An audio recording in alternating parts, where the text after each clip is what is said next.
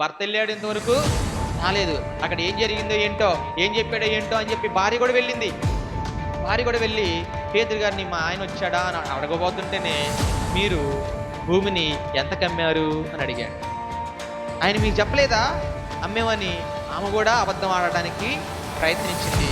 ఎందుకు మీ ఇద్దరు దేవుణ్ణి శోధించడానికి ఏకమయ్యారు అని చెప్పేసి, నీ భర్తని మోసుకెళ్ళిన పాదాలు ఇక్కడే ఉన్నాయి అని అనేలోపే ఆమె కూడా ప్రాణాలు కోల్పోయింది.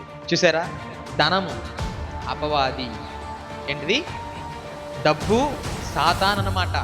గమనించిన ప్రియమైన దేవుని పిల్లరా, వాళ్ళు ధనం చూశారు, వాళ్ళకి ఆశ కలిగింది. ధనం వలన వాళ్ళలోనికి సాతాను చొరబడ్డాడు. వాళ్ళు ఏం చేస్తారంటే సాతానికి చోటు ఇచ్చారు. ఇద్దరు కూడా ప్రాణాలే కోల్పోయారు. అపవాదికి మీరు చోటు ఇవ్వద్దు. అపవాదిని మనం ఏం చేయాలంటే ఎదిరించాలి.